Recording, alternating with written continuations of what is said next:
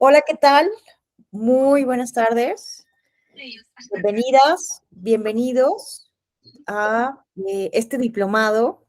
Es para la Escuela Judicial Electoral un enorme placer, un gusto enorme que se hayan inscrito a este diplomado. El día de hoy tenemos la clase inicial en la cual hablaremos acerca de democracia, derecho penal y delitos electorales. Me presento brevemente, mi nombre es Alejandra Tello y soy profesora investigadora de la Escuela Judicial Electoral.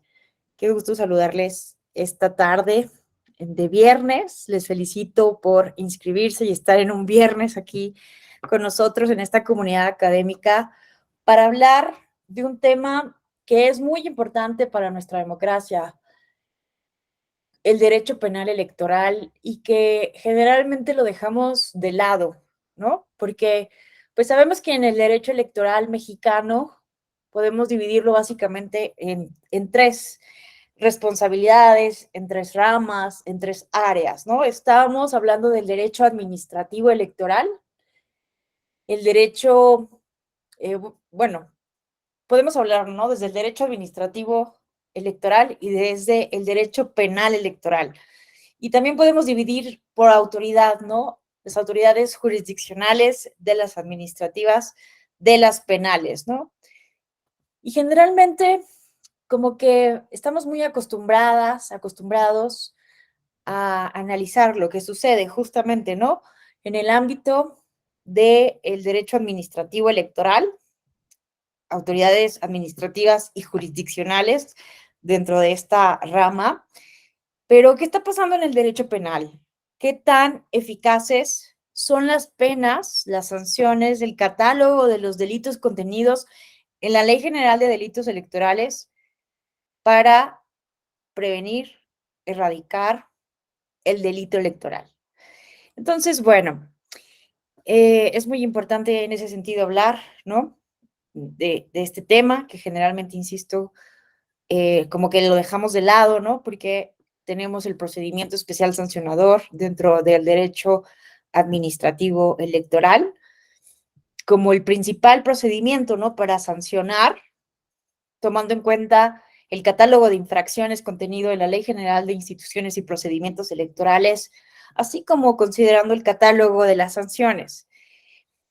Pero poco nos hemos puesto, ¿no?, a indagar qué hace la OIFICEL, ¿no?, la Fiscalía Especializada en la Atención de Delitos Electorales. ¿Cuántas carpetas de investigación hoy en día están abiertas? ¿Cuántas personas han sido justamente procesadas por un delito penal electoral?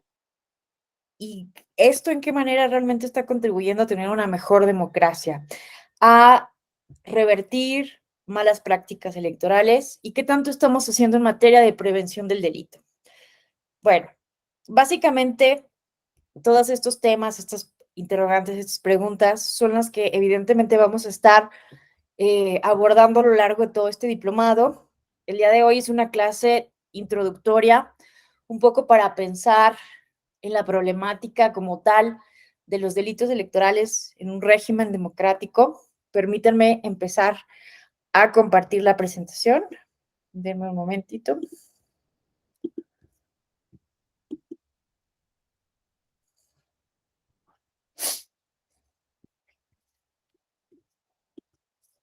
Miren, eh,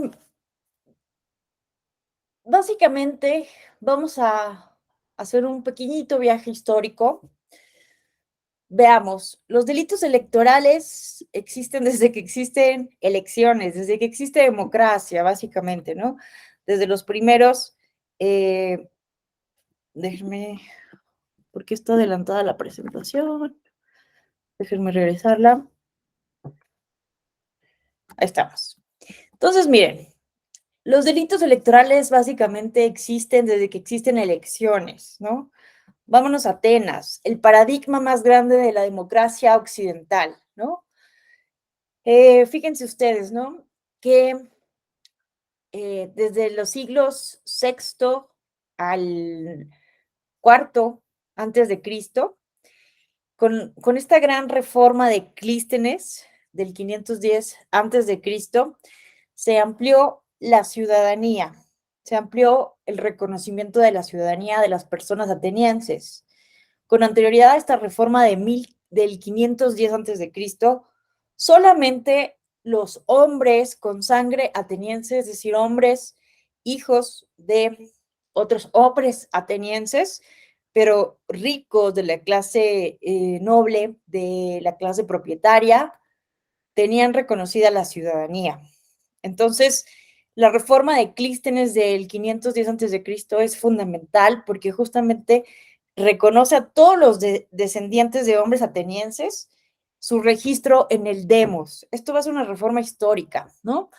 Porque hay un relato que un poco busca, ¿no? Explicar una de las múltiples causas de por qué sucede esta reforma desde el 510 antes de Cristo, que si lo pensamos en el mundo occidental ya en el siglo XIX, ¿por qué tardamos tanto, ¿no? En la humanidad, en las sociedades occidentales, en reconocer el sufragio universal, ¿no? Cuando ya teníamos este fuerte antecedente desde la antigüedad, ¿no? Pensemos en qué momento, cuánto se tardó Inglaterra para reconocer el sufragio masculino y todavía cuánto se tardó para reconocer el sufragio femenino, ¿no?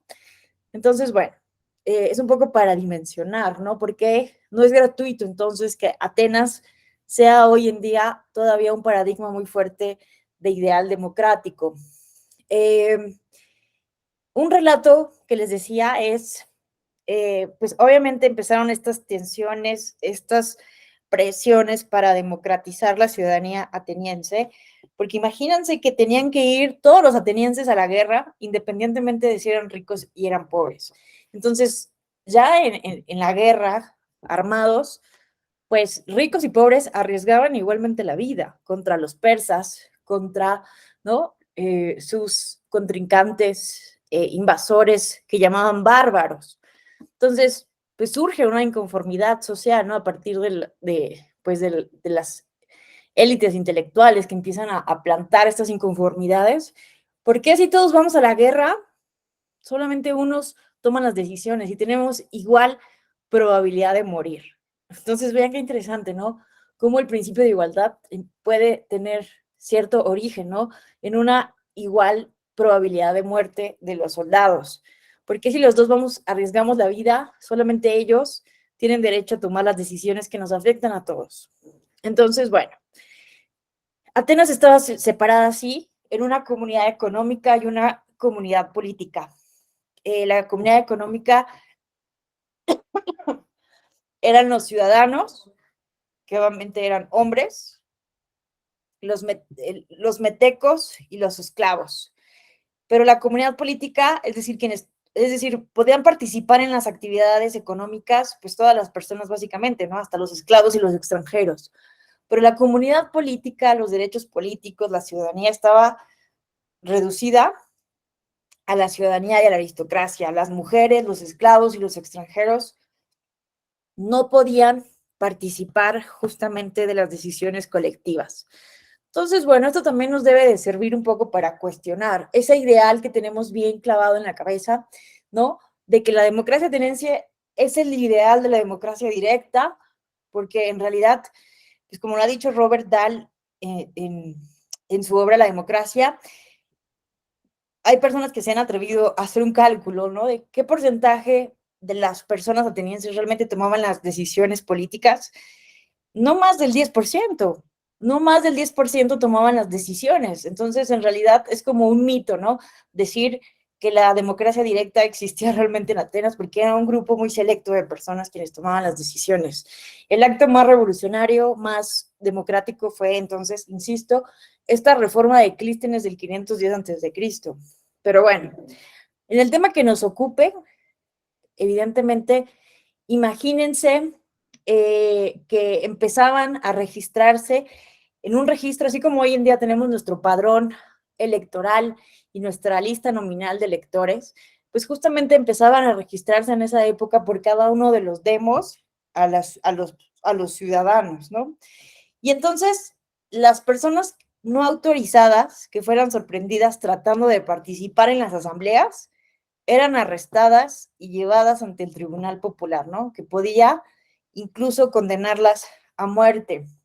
Es también importante considerar que en Atenas, en el mundo antiguo, pero principalmente en Atenas, había una concepción muy sagrada, muy religiosa acerca de lo político, lo público, ¿no? Evidentemente esto también podemos observarlo en cómo concebían los romanos, ¿no? La república, la cosa pública. Había una concepción muy valiosa de la vida pública, de la vida colectiva. Imagínense esto, Aristóteles, en su Ética Nicomaquia o en su Política, sostiene esto, ¿no?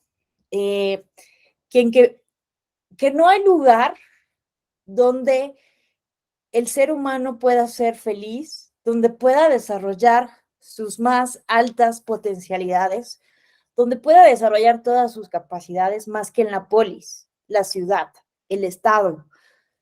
Fuera de la ciudad, o los hombres son bestias o son dioses. Pero vean cómo lo público, la ciudad, esta posibilidad de dedicarte a la política era una cuestión sagrada, era algo muy importante en la antigua Grecia. Bueno, entonces es por ello, ¿no? Que aquellas personas que intentaban participar de manera ilegítima y legal en las asambleas, pues eran llevadas justamente ante un tribunal popular que podía en su caso condenarlas a muerte. Y bueno, ustedes conocen el paradigmático caso de Sócrates, que, bueno, todo esto está relatado de forma magnífica, soberbial, en la apología, ¿no? La apología de Sócrates, escrito por Platón, donde justamente Sócrates da un discurso, ¿no? Cuando es condenado a muerte por corromper a los jóvenes. Y hay muchos análisis que podemos hacer al respecto, pero justamente de lo que se le acusa a Sócrates y de lo cual no se puede defender, y él mismo no logra defenderse, porque él incluso hace poco estaba leyendo un libro sobre las emociones a lo largo de la historia, cómo las emociones forman parte de un, ¿cómo lo llaman? Como de un sistema emocional. Las emociones han sido estructuradas de diferente manera a lo largo de la historia y me llamó muchísimo la atención cómo hacían referencia al caso de Sócrates en este importante juicio que le hacen cuando lo condenan a muerte. Y Sócrates, o sea, empezamos a ver dónde vienen estas masculinidades tóxicas, porque, bueno, no quiero decir que Sócrates era un masculino tóxico de ninguna manera, pero obviamente nuestra tradición occidental y las emociones que tenemos, obviamente tienen una herencia muy fuerte, ¿no? En el mundo antiguo, desde que empezamos a crear esta civilización y las letras, la literatura, las artes. Pero lo que me llama la atención es que justamente Sócrates regaña a sus discípulos, a sus acompañantes, que estaban tratando de defenderlo de su condena a muerte. Platón estaba convaleciente en cama en esos momentos y justamente Sócrates los regaña porque les dice, no estén llorando, no demuestren debilidad, porque yo me voy a un mejor plano de la existencia, básicamente decía, ¿no? Y entonces los discípulos se quedan así como absortos y sí, ¿no? Se contienen las lágrimas, el griterío. Y hasta es un poco chocante porque por ahí se dice, ¿no? Por eso pedí que no entraran mujeres, porque no quería ver estos llantos, ¿no? A ver, veo que alguien levantó la mano. ¿Alguien levantó la mano por aquí? Ah, no. Bueno, si alguien quiere participar en cualquier momento, ya saben que pueden levantar la mano. También pueden escribir un mensaje en el chat. Cualquier cosa que quieran comentar, estaré escuchándoles muy atenta. Bueno, entonces decíamos, eh, pero bueno, más allá de esta cuestión que a mí me llamó la atención hace poco, en este libro que estaba leyendo sobre las emociones, Emoticus, si tienen oportunidad de leerlo, no recuerdo el autor, pero muy interesante porque analiza, ¿no? ¿Cuáles son los regímenes? Le llama regímenes emocionales en cada sociedad, ¿no? Y cómo nos tenemos que ajustar ciertamente a estos regímenes emocionales para, pues, ser aceptados, socializar y pertenecer, ¿no? Entonces, bueno, eh, es interesante, ¿no? Cómo Sócrates tenía ese régimen emocional en pleno juicio de muerte, en plena pena de muerte. Pero bueno, a lo que voy con esto de Sócrates es que se le acusó también de traicionar las leyes. El cumplimiento de la ley en Atenas era algo sagrado. Entonces, para todos, Sócrates había violado las leyes al cuestionar los dioses de la ciudad. Entonces era como uno de los más grandes delitos, cuestionar los dioses. ¿Por qué pues Sócrates va a traer otra tradición diferente, no? Que bueno, es gran parte de lo que después va a ir evolucionando, ¿no? En el judaísmo, en fin, no me quiero meter en todos esos temas, pero el punto aquí es que hubo una traición a las leyes y que eso se consideraba gravísimo, ¿no? Gravísimo, y de ahí como que la peor sanción justamente era la pena de muerte, y bueno, Sócrates tomó el veneno, ¿no? Vámonos a Roma. Vean ustedes que en Roma es similar. En el año 2012, Caracalla reconoció la ciudadanía a todos los hombres libres del imperio. Es muy interesante porque, como les decía, ¿no? Clístenes, en el 500 antes de Cristo, hace esta reforma importantísima para Atenas.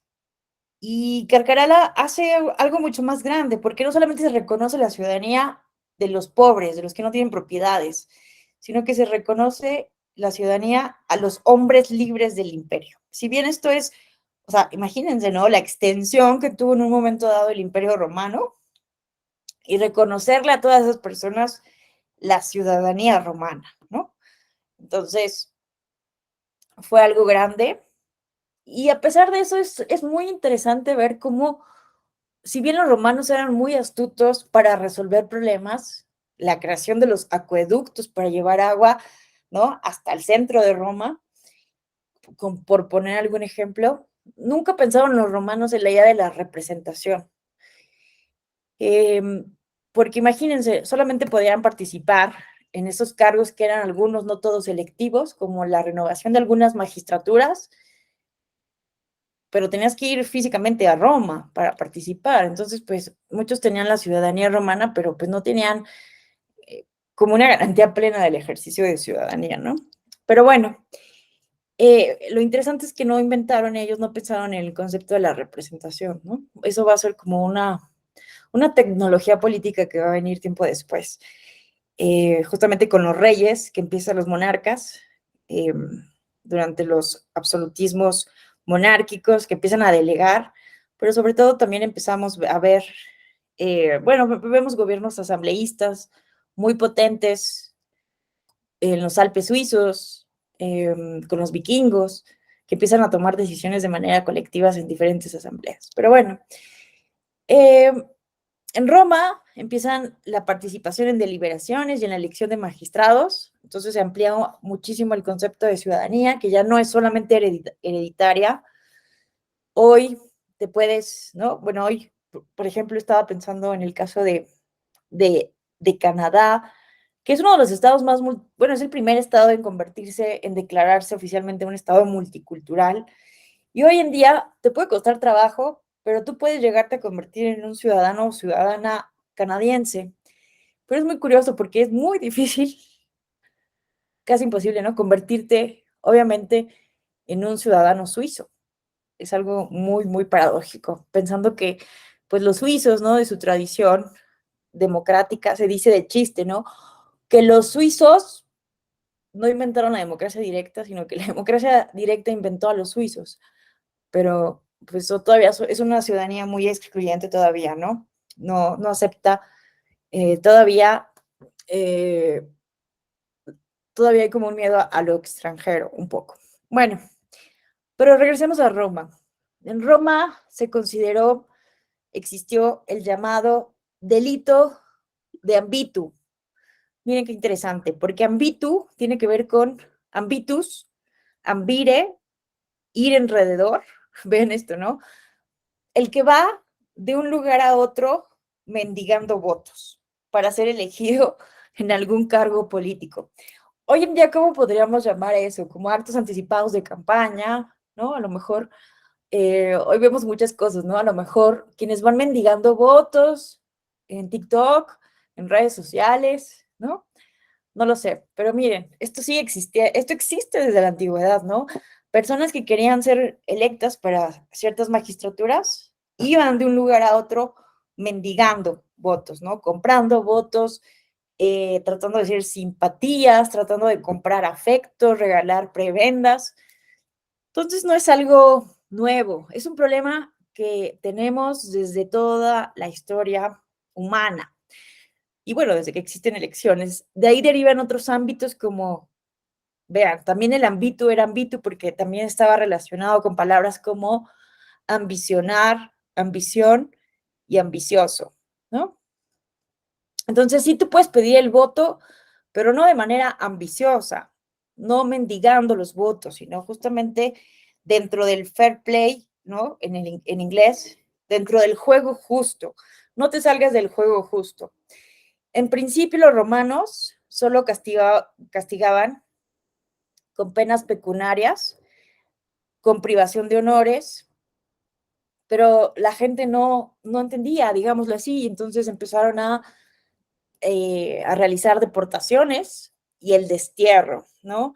Desde los griegos de la antigua Atenas, el ostracismo era una de las sanciones más fuertes, ¿no? De las peores sanciones que pudiera haber, que te exiliaran, que te excluyeran de la polis, el ostracismo, ¿no?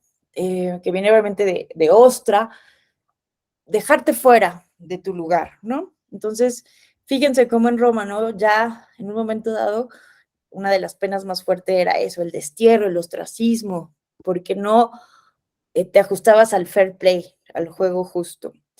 Y bueno, poco a poco esto se fue legislando por el legislador romano. Tenemos la ley Cornelia Baelia del 181 a.C., que te inhabilitaba por 10 años para ser candidato si cometías este delito del ambitu. La Lex Cornelia Fulvia de ambitu, que establecía que la corrupción con fines electorales se consideraba como una pena capital.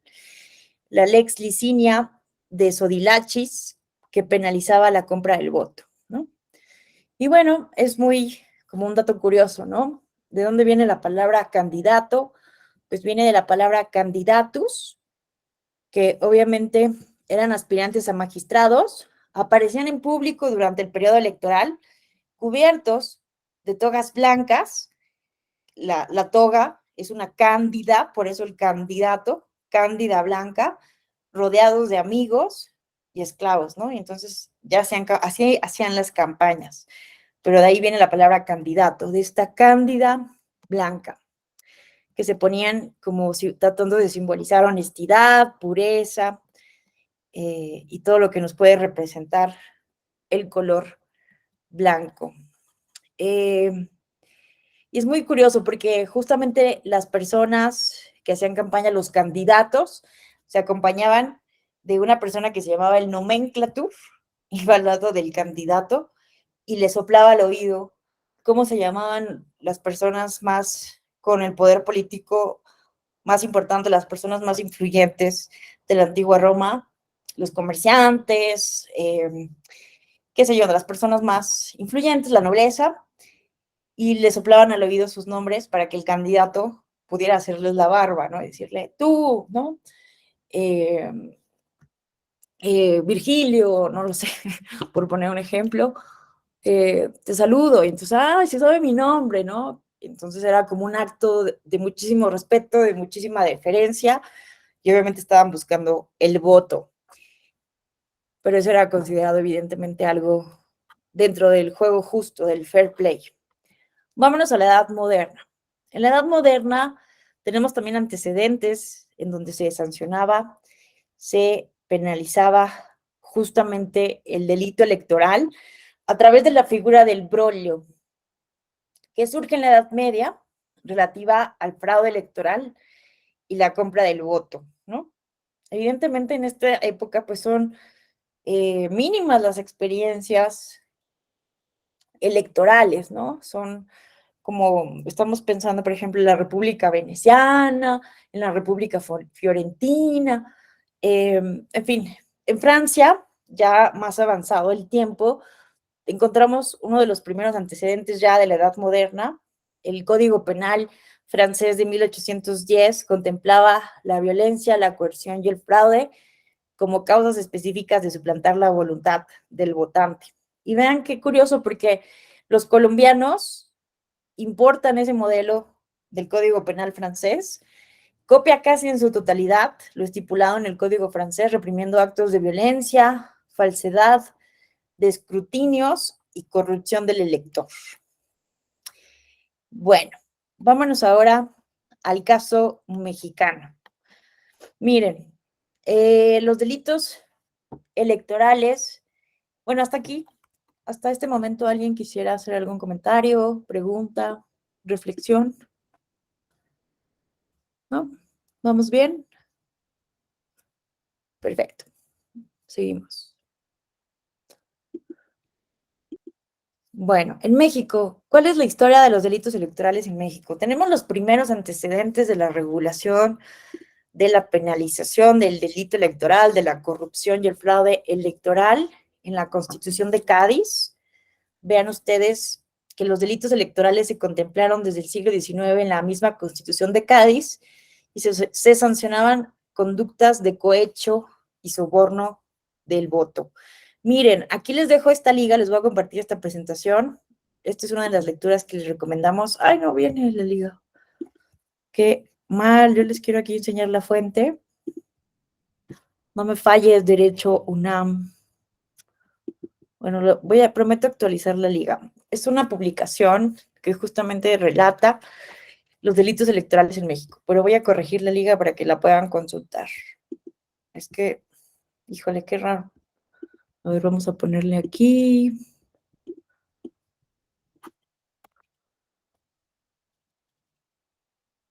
Uy, no, quién sabe. No, lo voy a corregir, estimados. Quién sabe. Bueno, no importa. Prometo que los voy a actualizar este link. Bueno, pero fíjense que también, o sea, en la Constitución de Cádiz es el antecedente más antiguo, pero en ese intermedio también, ¿no? Desde México independiente hasta la Revolución Mexicana, hay pocos antecedentes, ¿no? No hay prácticamente una preocupación evidente por sancionar el delito electoral. Tenemos un antecedente relevante a nivel municipal en el estado de Veracruz. La ley electoral del municipio libre del estado de Veracruz del noviembre de 1917, vean, que castigaba con pena de muerte de 1 a 2 años de prisión a los responsables de fraude en las elecciones municipales y con el duplo de estas penas si fueran funcionarios públicos o en ejercicio de funciones electorales, ¿no? Esto recuerda un poco la sanción que hay hoy en día, ¿no? Por violencia política en razón de género, tanto desde el plano administrativo electoral como desde el penal electoral, en que la sanción aumenta, ¿no? Eh, si eres un funcionario público, servidor o servidora pública, y también si esta violencia se comete en contra de una mujer indígena, ¿no? Bueno, vean, el artículo 44 de esta ley electoral municipal también contemplaba castigar con arresto mayor a los miembros del ayuntamiento que sin causa justificada dejaren de cumplir las obligaciones que señala la ley en lo relativo a elecciones y con arresto menor a agentes municipales, jefes de manzanas, empadronadores y demás empleados y encargados de los trabajos preparatorios, ¿no? Entonces, quienes no cumplían sus misiones electorales, se les arrestaba. También se contemplaba que eran castigados con 2 meses de arresto y con multa de 100 a 500 pesos, ciudadanos designados para integrar las casillas electorales. O sea, imagínense que hoy no quisiéramos participar como integrantes de las mesas directivas de casilla y que se nos multara o que se nos arrestara, ¿no? Pues esto estaba contemplado en esta ley electoral municipal de Veracruz. Entonces, quienes habiendo sido notificados oportunamente y no asisten el día de la elección, se excusen o ausenten del lugar o de cualquier otro modo, eludan o omiten el cumplimiento de la obligación que les impone esta ley, ¿no? Se les aplicará también a los presidentes de las casillas que no concurren a la junta computadora. ¿Qué otro delito? En el 46 vemos, en el artículo 46, los electores empadronados que sin causa justificada no concurran personalmente a la casilla electoral o cumplir la obligación del voto, serán castigados por el presidente municipal. O sea, vean que aquí, como ustedes saben, ¿no? Nuestra constitución política de los Estados Unidos mexicanos señala que es un derecho y una obligación ejercer el voto. Y también señala participar en las consultas populares y en los ejercicios de revocación de mandato.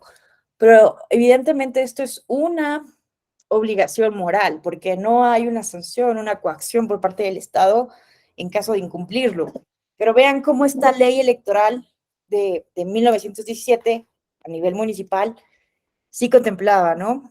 Que podían ser sancionados aquellos ciudadanos, y estoy hablando de hombres porque evidentemente no estaban reconocidos todavía el derecho de la mujer a votar a nivel municipal. Eso se va a dar hasta unos años después por primera vez en Yucatán, con arresto de 36 horas o multa hasta 50 pesos, sin perjuicio del ordenado en el inciso 1 del artículo 38 de la Constitución General, ¿no?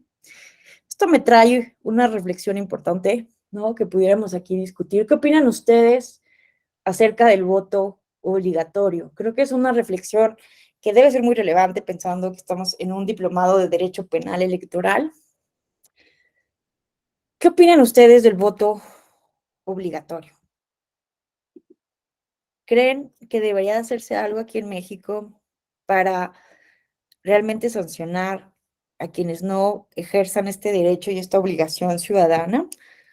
¿O estamos bien así como estamos? Y más bien nos tenemos que concentrar en promoverlo, no imponerlo, sino promoverlo desde la educación cívica, la comunicación institucional. ¿Cómo ven ustedes?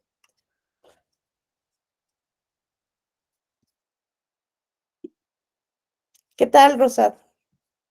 Te escuchamos. Buenas noches a todos. Yo considero que debe ser lo segundo porque los aspectos o las justificantes pueden ser muy variantes para las personas que no vayan a votar y eso se podría prestar a algunas sanciones injustas.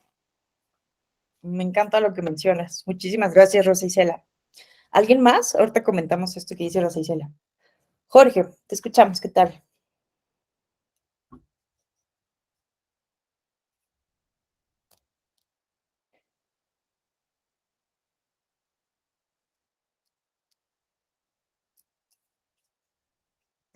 No, no te escuchamos. Tienes todavía apagado tu micrófono.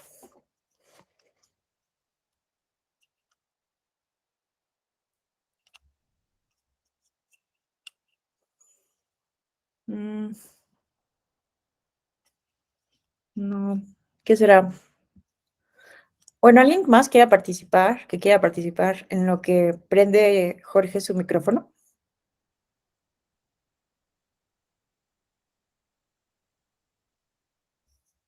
¿No? ¿Ya me escuchan? Ah, ya, te vemos doble. Me conecté del teléfono.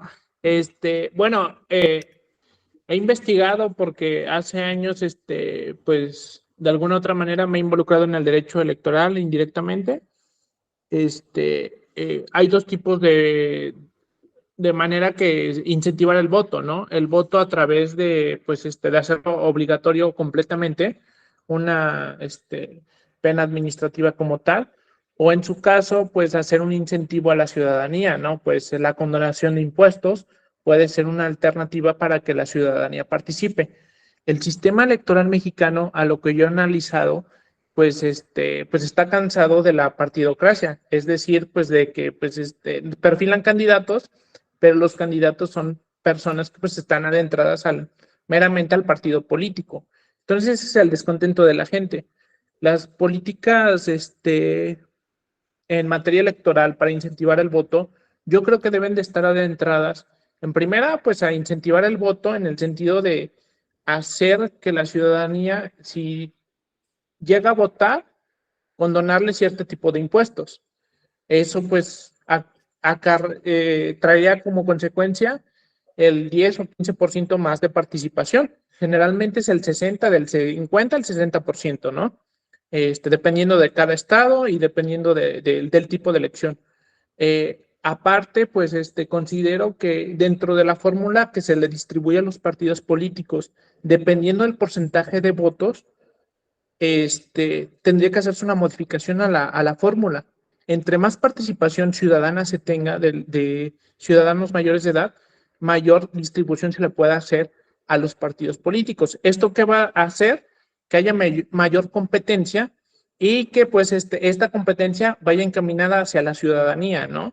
Pues esa es como una propuesta que he pensado en, pues ya en años de estar en la materia y pues que podría funcionar porque realmente siguen pasando los años y es casi el mismo nivel de participación y pues no hay ninguna consecuencia que impacte a abonar en la materia electoral. Me gusta, me gusta. ¿Alguien más? Qué interesante.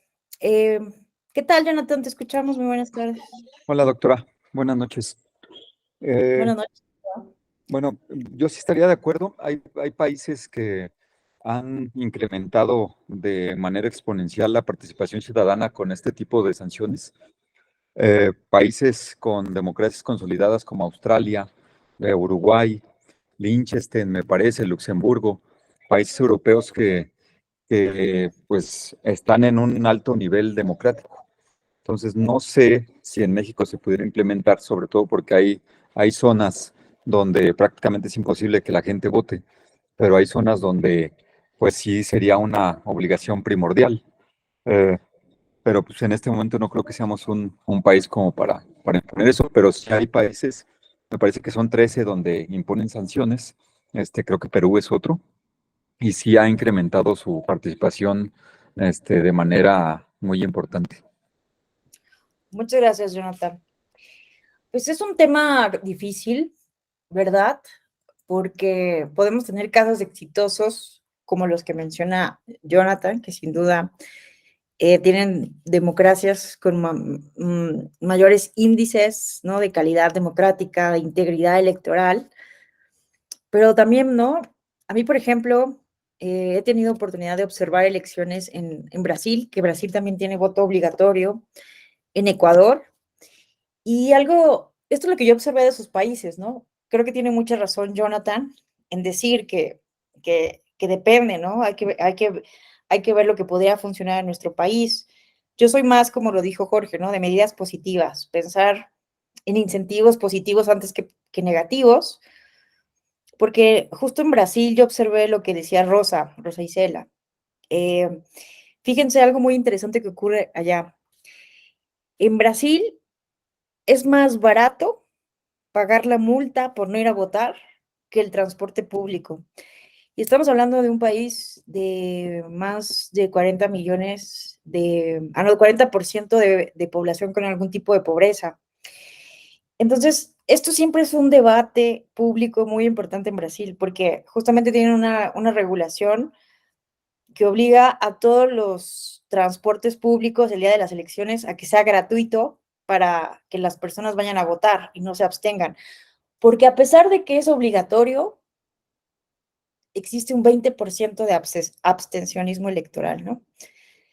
Entonces, lo que estuve leyendo de algunos constitucionalistas brasileños es que desde esa perspectiva, desde una perspectiva que analiza la situación sociodemográfica de Brasil, es una medida desproporcionada que ellos podrían incluso evaluar de inconstitucional y de inconvencional, porque impone una carga excesiva para ciudadanos, ciudadanas brasileñas que no tienen recursos para ir a votar.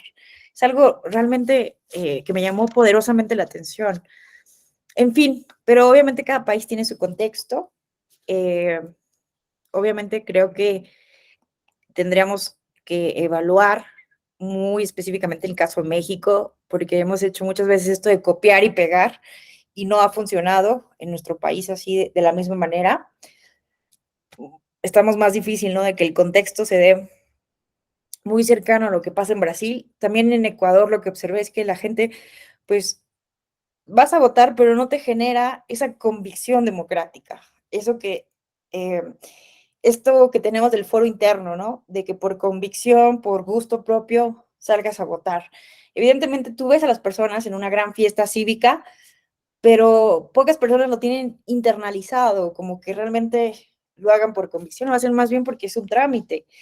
Y algo bien curioso es que sales de las urnas, de las casillas, y obviamente en Ecuador, si tú no vas a votar, también tienes problemas para tramitar tu pasaporte u otros trámites administrativos.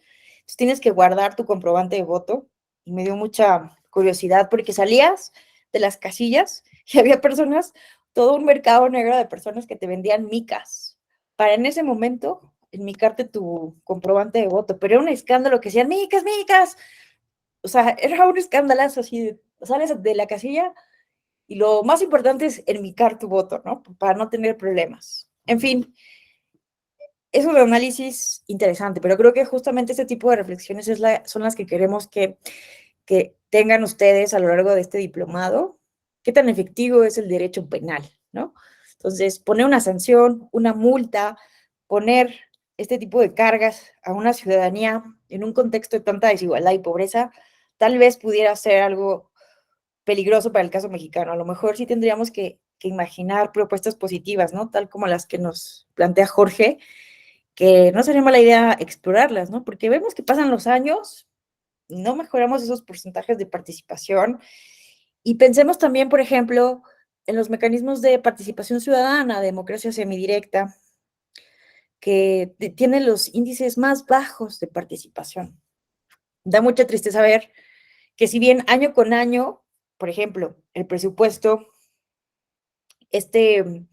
la consulta del presupuesto participativo en la Ciudad de México, año tras año tiene más participación. Entonces, es algo muy lindo de ver cómo va hacia arriba la participación, pero aún así es muy mínima. Y la consulta infantil, no se diga. Entonces, ¿qué hacemos, no? ¿Qué hacemos? Bueno, les agradezco enormemente sus participaciones.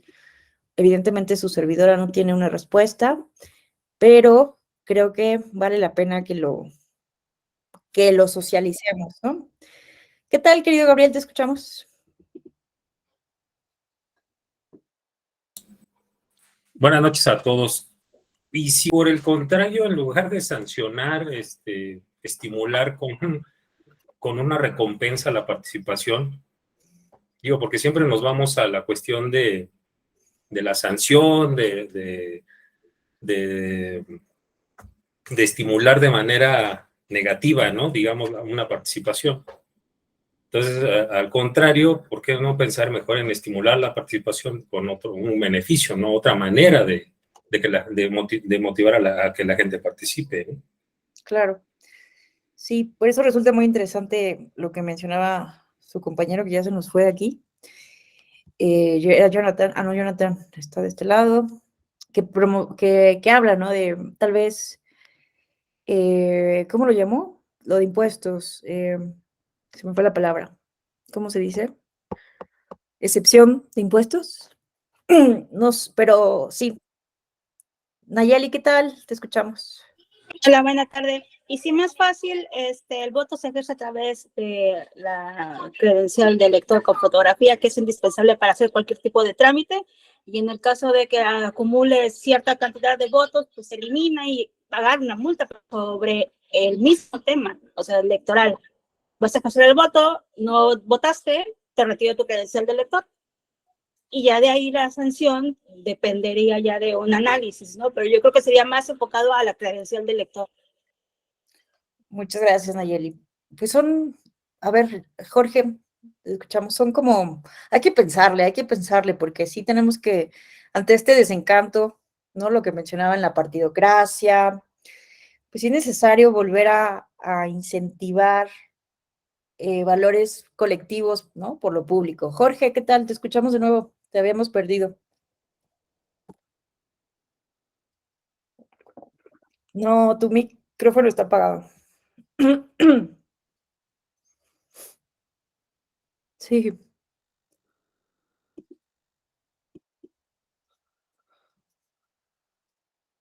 ¿Quieres mencionar otra cosa, Rosa Isela? Te escuchamos. Sí, gracias. Yo creo que tiene mucho que ver también lo que es la educación cívica, pero tratar de involucrar a los jóvenes, a los niños en la política desde que están en la escuela, porque ahorita muchos niños dicen, yo quiero ser presidente de la República, por ejemplo, pero pues también no se les dice cuál es el camino o cuál es la forma en la que pueden llegar, qué es lo que tienen que saber, qué es lo que cómo van a hacer una campaña y a lo mejor sería algo difícil, pero también tiene que ser una educación cívica que no tenga que involucrar ideologías políticas, sino simplemente que se tienen que involucrar en la participación en la democracia de su país porque es algo importante, pero es algo que se tiene que estar implementando desde los niños. Con esta consulta infantil sí se involucra a los niños que vayan a participar, pero creo que debe ser un poco más general esa educación que se dé en las escuelas para que ellos se involucren en la política o en la vida democrática del país, para Claro, que de ahí ellos ya lo sientan como una obligación, o no una obligación, sino que lo vean como un derecho de participar y no como obligación. claro. Fíjate que me hiciste recordar un caso muy interesante que me contó un colega colombiano, que como desde los 90 en Colombia es obligatorio que hayan elecciones en las escuelas. Entonces, los niños, las niñas hacen elecciones para elegir cargos estudiantiles. Y es muy chistoso, ¿no? Porque ahí ven a los niños haciendo campañas, se meten a los salones y se la creen y se la creen y hacen sus campañas. Y está muy chistoso porque la Misión de Observación Electoral de Colombia, que es una organización no gubernamental que justamente ha promovido, impulsado muy fuertemente la democracia en Colombia, como ustedes imaginarán, por el tema del narcotráfico y la violencia en Colombia, pues hay mucha apatía, ¿no? La gente tenía mucho miedo a votar porque no te vayan a matar por ahí, ¿no? Si sales a votar. Entonces, me llamó poderosamente la atención esto, que es obligatorio estas elecciones democráticas en las escuelas. Imagínense traer esto a México, estaría lindo, ¿no? Estaría interesante. Pero obviamente esto implica presupuesto público y tenemos un grave problema ahorita, que ahorita no se quiere gastar más en procesos electorales. Pero bueno, yo coincido contigo, Rosicela, es mi opinión también, tendría que ir por ese camino de la educación cívica, que no solamente se limite al día de la consulta infantil y ya, y que se nos olvide. Bueno, antes le voy a dar el uso de la voz a Jorge. Ahora sí, ¿me escuchan? Sí, Bueno, es que lo que iba a comentar de una de las compañeras que dijo que pues, se podía quitar la credencial de lector a personas que voten. Bueno, tenemos el caso, o sea, de personas que viven en comunidades, ¿no? Personas que pues están en comunidades de indígenas, ¿no? Y ellos muchas veces pues tienen su credencial de elector, pero pues no entienden exactamente cómo rigen las normas en nuestro país, ¿no? Entonces sería hasta cierto punto discriminatorio e injusto aplicar la ley de manera general para todos en ese tipo de aspectos. Entonces, pues yo voto o opto más por plantear un beneficio hacia la sociedad, ¿no? Y el caso que están planteando de a nivel cultural, a través de estos mecanismos desde nivel escolar, desde primaria, plantear elecciones, pues esto puede hacer que la gente se interese más para participar en las elecciones constitucionales, ¿no? Eh, Y pues también, no nada más es cuestión nada más de a nivel cultural, sino de los partidos políticos. Los partidos políticos yo creo que han dejado mucho que desear. Una de las ganancias a los últimos años fueron las candidaturas independientes a través del caso Castañeda Goodman. Eso fue una ganancia para la democracia, el apostar por las candidaturas independientes, pero aún así, pues falta mucho para que el nivel de participación sea un óptimo. Yo creo que un óptimo para una democracia sería un nivel de participación del 80%, sin tantas incidencias de compras de votos o incidencias a nivel electoral, porque muchas veces en varios estados están controlados por el narcotráfico, pues no lo podemos mencionar exactamente, ¿no? Pero pues el narcotráfico muchas veces tiene que ver en las elecciones estatales, en las elecciones municipales. Entre menos incidencias del tipo, pues, delictivo haya y del tipo de compra de votos, yo creo que el Estado democrático, pues, se va a consolidar, perdón, y sería mejor. Sí, yo coincido. Creo que también habría que hacer la reflexión, ¿no? Como lo decía Rosa Isela, es que nadie nos enseña a ser ciudadanas, ciudadanos, ¿no? Y entonces creces y de repente ya cumpliste 18 años, tienes derecho a sacar tu credencial de lector y como joven, no me dejarán mentir, muchas veces, ¿no? La sacamos para que nos dejen entrar al antro, al bar, a la discoteca, pero no para ir a votar, no porque tengamos ese espíritu ciudadano, ¿no? Entonces, yo veía una persona que trabajaba con una legisladora, una jovencita como de 14 años que decía eso, es activista. Eh, ¿Por qué no nos enseñan, ¿no? Desde muy jóvenes a ser ciudadanos? O sea, piensan que es algo que se aprende por ósmosis o no sé por qué método pedagógico, pero ya se supone que ya cumplimos 18 y ya somos súper ciudadanos, ¿no?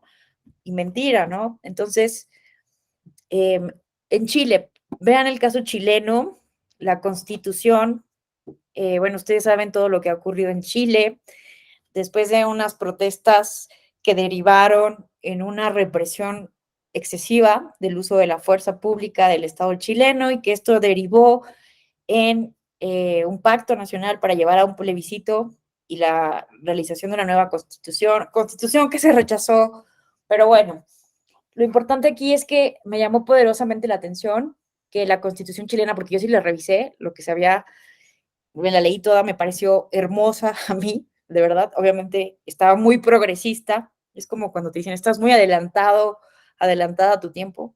Esta constitución que hicieron los chilenos, pues estaba muy adelantada a la idiosincrasia chilena promedio, desafortunadamente, pero a mí me llamó la atención algo, que eran ciudadanas y ciudadanos chilenos, todas las personas chilenas, niños y niñas, ¿no? Y solamente ya se faculta el voto hasta que cumples 18 años. Pero desde que tú eres una niña, niño, ya eres un ciudadano. Pero obviamente no puedes votar hasta la mayoría de edad. No sé. Y ya ustedes también saben que hay países en donde desde los 16 años, como en Argentina, también en Brasil es facultativo el voto para los mayores de 16, menores de 18. O sea, los que tienen 16 y 17 pueden votar en Brasil, pero no es obligatorio, es opcional. Entonces, bueno, son los debates de la época. ¿Alguien más que quisiera comentar algo? Bueno, seguimos, ¿no? Pero vean que siempre hemos estado buscando desde que existen elecciones, desde que existen intentos de democracia en la historia de la humanidad, de inhibir las malas prácticas, los delitos, la apatía, de alguna manera, ¿no? Entonces, estos son algunos antecedentes que encontramos en México. Y bueno, sin embargo, el derecho penal como tal en México, o sea, piensen desde la primera ley electoral, por ejemplo, post-revolucionaria, que es la ley de Madero de 1911, pues no contemplaba nada de pena corporal, pecuniaria, por algún delito electoral, ¿no? Y entonces, es básicamente, con el tiempo se van incorporando, ahorita vemos las épocas, pero se fueron incorporando en algunas leyes electorales, contemplaban conductas que podían ser perseguidas y castigadas por el sistema de justicia penal, pero en el COFIPE de 1990 ya no se regulan los delitos electorales porque empezaron a regularse desde la ley electoral. En 1990 se deja esa tradición y con la inclusión en la década de los 90 en el Código Penal de un catálogo de conductas prohibidas, el derecho penal cobró carta de naturalización en el sistema jurídico. Bueno, esto lo pueden leer en un texto muy bueno de Cienfuegos y Muñoz de 2012, que viene al final de la presentación todas las referencias. O sea, vamos a volverlo a decir para explicarlo mejor, ¿no? En un primer momento, desde la ley electoral de Madero, bueno, aquí lo tengo, vean. ¿Para qué nos hacemos bolas? Miren. Entonces tenemos que, básicamente, desde 1917 que estaba la ley de Madero, 1911, perdón, hasta 1945, pues no había como una regulación o sanciones como un mecanismo disuasorio. Es básicamente hasta la ley electoral federal de 1946 que se establecen sanciones como mecanismos disuasorios. Más o menos surge el concepto de punitivismo electoral con penas más graves, no solamente como administrativas, de 1946 a 1993, ¿no? Básicamente. Pero vean, la Ley Federal de Organizaciones Políticas y Procesos Electorales, la famosa LOPE, de esta importantísima reforma político-electoral, que por cierto, a ver, les voy a platicar, su servidora está concursando para el Consejo General del INE, participé en este concurso, y ahorita que vi esto del 77, a ver, les quiero preguntar a ustedes, una pregunta del examen. En el examen venía, a ver ustedes qué opinan. ¿Cuál fue la primera reforma electoral que no fue una concesión del gobierno, sino una negociación real de las diferentes fuerzas políticas? ¿Qué opinan? Primera reforma electoral que no fue una concesión del gobierno, sino diálogo y negociación de las distintas fuerzas políticas. ¿Alguna idea? ¿No? Bueno, pues, esa pregunta venía en el examen y su servidora puso justamente 1977, porque, pues bueno, ustedes saben cómo los transitólogos han justamente hecho casi una apología de la reforma de 1977, porque es la gota que derrama el vaso del sistema político mexicano. O sea, imagínense, 1976, un solo candidato a la presidencia de la República, José López Portillo. A partir de esa elección, el voto nulo creció, no tengo ahorita las cifras, y el abstencionismo también creció. Entonces, el PRI, que estaba acostumbrado, obviamente, ¿no?, a tener porcentajes de participación altísimos, y también los presidentes de la República ganaban con porcentajes de mayoría impresionantes, pues obviamente sintieron que se les estaba cayendo su sistema de legitimación. Entonces, por eso, ¿no?, se habla de esta gran reforma de Jesús Reyes Heroles, que fue ideada por Jesús Reyes Heroles, pero sí se sentaron, de cierta manera, a hablar, a negociar cómo introducir el sistema de representación proporcional mixto, tomado del modelo alemán, donde por primera vez se introdujeron 100 diputaciones de representación proporcional. Pues no, mi respuesta fue equivocada. La respuesta correcta fue 1996, según el examen, que fue esta famosa reforma definitiva, donde, como ustedes recordarán, ¿qué tal, Rosicela? Te escuchamos. Yo creo que fue probablemente hayan puesto como correcta la del 96 porque había más pluralidad de partidos y hubo más consenso, no tanto que hayan dialogado o negociado, creo yo. Sí, fue eso. Sí, fue una de mis preguntas erróneas, pero bueno, ya vieron que se impugnaron algunas preguntas, pero no hubo como gran respuesta. Pero sí, tiene razón Rosa Isela, ¿no? Desde esa perspectiva, pero bueno, todavía no había una alternancia en la presidencia. Pero bueno, es que por eso se ha dicho que el examen de repente tiene preguntas muy subjetivas, porque, o sea, depende desde qué ángulo lo analices, ¿no? Pero bueno, ahora sí yo me siento satisfecha con la calificación obtenida. Ay, me estoy aquí como si ustedes fueran mis terapeutas, les estoy contando todo el chisme. Ay, no, bueno, a despedir, no, no es cierto. No, lo que voy es que su servidora, la verdad es que me sentí muy cómoda en el examen, les voy a platicar, porque yo sí estudié mucho. No tengo aquí mi cuaderno, pero, o sea, me leí muchísimo la Constitución, la Ley General, el Plan B, y tenía miedo porque me habían dicho amigos que han participado en procesos anteriores que las preguntas del proceso 2020 habían sido preguntas históricas que nada que ver con técnica electoral. Entonces yo estaba así de, ay, no, ojalá que sí pregunten lo que estoy estudiando, ¿no? Porque pues no quiero hacer el ridículo público, etcétera, ¿no? Y no, me sentí muy contenta porque el examen, la mayor parte de las preguntas, en mi opinión, estaban bien hechas. Había preguntas como estas que les acabo de contar que dan pie a la interpretación, a la subjetividad, a menos que cites, ¿no? De acuerdo con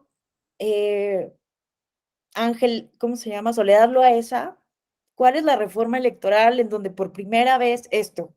Obviamente hay una referencia, una lectura, pero si lo dices así, a mí se me hace algo muy subjetivo, pero bueno. Pero bueno, ¿qué otra pregunta estaba muy subjetiva? No, ya, eso no es el tema de esta sesión. Sigamos. Gracias por escuchar mi historia. Bueno, Rosa Isela lo hubiera tenido bien. Ok, vamos. Creo que también lo hubiera sacado equivocada, pero ya ahorita viendo lo que comentamos, por eso creo Sí. que... Sí. Bueno, seguimos. Sí estoy presentando, ¿verdad? Bueno, entonces les decía que, es que me acordé porque aquí estamos hablando de la LOPE, de esta famosa LOPE, que fue una reforma parteaguas en la historia política del país, aunque no es la respuesta correcta del examen actual, ¿eh? No se vayan a confundir. Entonces,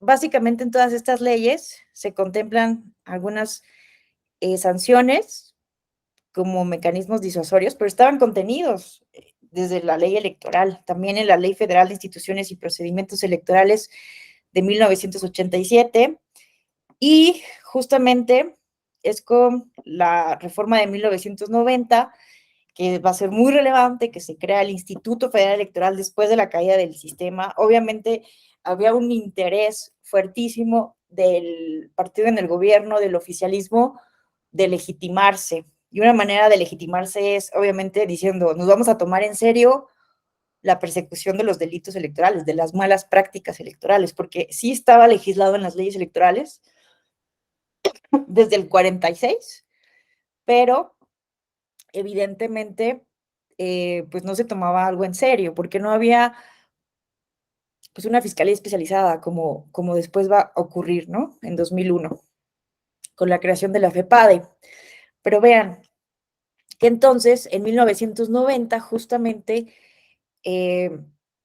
las sanciones que estaban en el cuerpo de las leyes ya no se incorporan al COFIPE, sino que pasan al Código Penal, ¿no? Y entonces empieza una lógica de investigación y persecución de los delitos electorales. Y bueno, en 1994 ocurre también algo importante, un pacto por la paz, la democracia y la justicia. También pensemos en los asesinatos que hay en esta época, ¿verdad? Y la creación de la FEPADE, ¿no? En 1994. Y bueno, yo les había dicho en 2001, perdónenme, es en 1994. Y en 2001 también se introduce algo importantísimo, que es el concepto de la prevención del delito, ¿no? Porque pues durante todos estos años simplemente se estaba buscando, ¿no?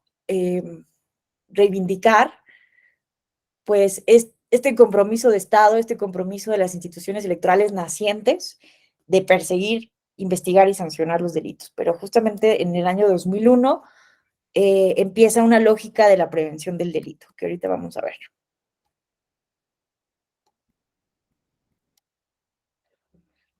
Bueno, déjenme, voy a la otra presentación. ¿Qué hora tenemos? Vamos a hablar rápidamente ahora de la prevención del delito. Acá está. Miren, ¿qué es la prevención del delito? Ay, denme un momento, que este también está hasta acá. ¿Qué es la prevención del delito?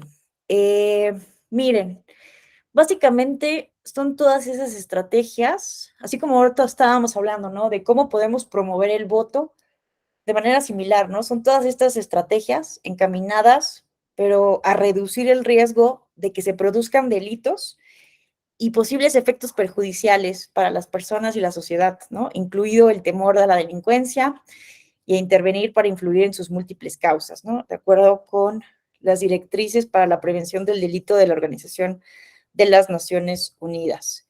Entonces, fíjense ustedes que la prevención del delito primaria, bueno, hay diferentes, ¿no? Categorías, pero vamos a ver una que es básica, prevención del delito primaria, secundaria y terciaria. La prevención del delito primaria implica la identificación de las condiciones del entorno físico y social que brindan oportunidades para la realización de actos delictivos o que los precipitan. Aquí el objetivo de la intervención es alterar estas condiciones a fin de que no se produzcan delitos. Vean esta palabra importante, es como intervenir. Hay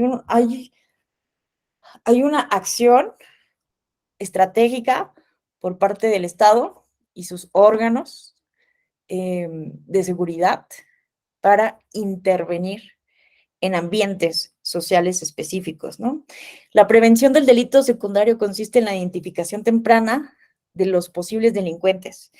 Intenta intervenir en sus vidas de forma que no cometan una infracción penal.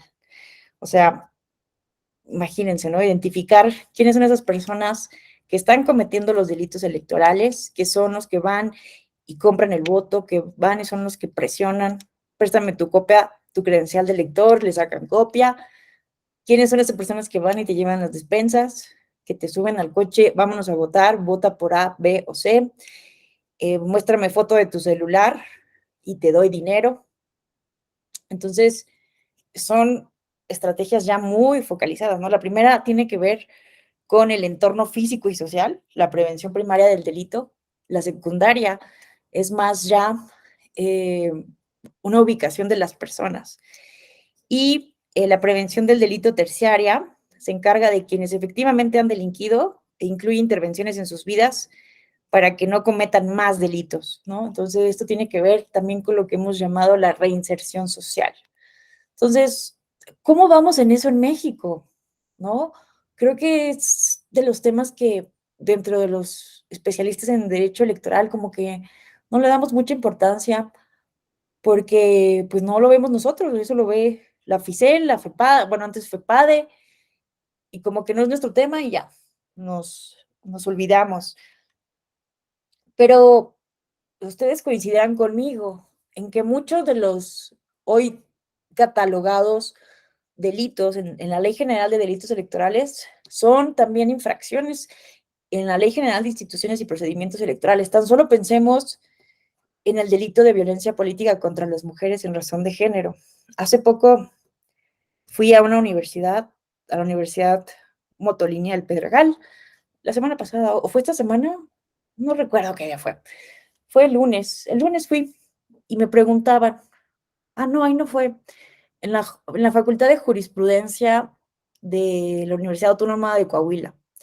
Unas chicas brillantes, de verdad, es la verdad, la cosa más bonita del trabajo de esta Escuela Judicial Electoral, hablar con ustedes, con personas como ustedes, brillantes, interesadas, ¿no? Que estamos aquí en un viernes hablando de esto. Perdónenme usar este lenguaje coloquial, pero somos unos ñoños del derecho electoral. ¿Por qué estamos en un viernes a las 8:20 hablando de prevención del delito electoral? La verdad es que Y en no les... Puente. Y en Puente, no. No, somos unos ñoños de lo peor. Ñoñas y ñoños, pero bueno. Eso es lo más lindo, de verdad, esta comunidad electoral que estamos construyendo. Y bueno, al grano. Estas niñas, bueno, no son niñas, son estudiantes, mujeres ya adultas. Yo las veo así como niñas porque obviamente están muy jóvenes, pero no, son mujeres adultas que me preguntaban esto, ¿cómo distinguimos? A ver, ustedes me pueden ayudar.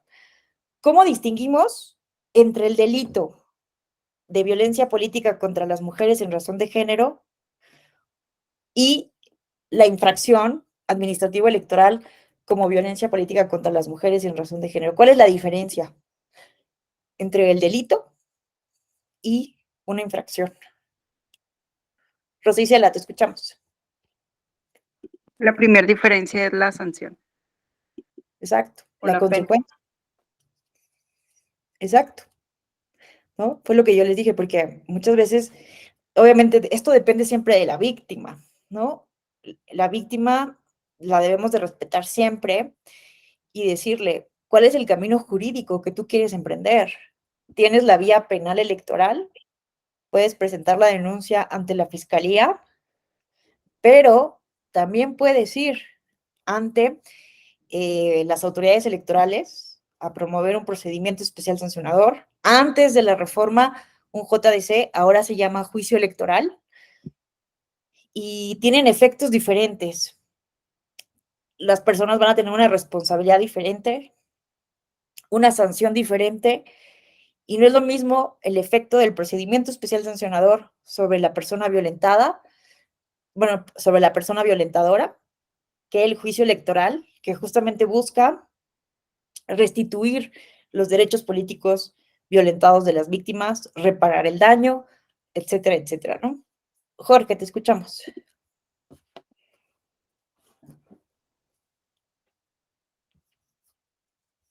Tu micrófono no.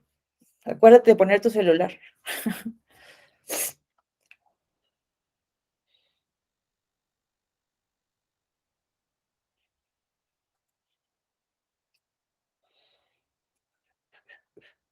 ¿No?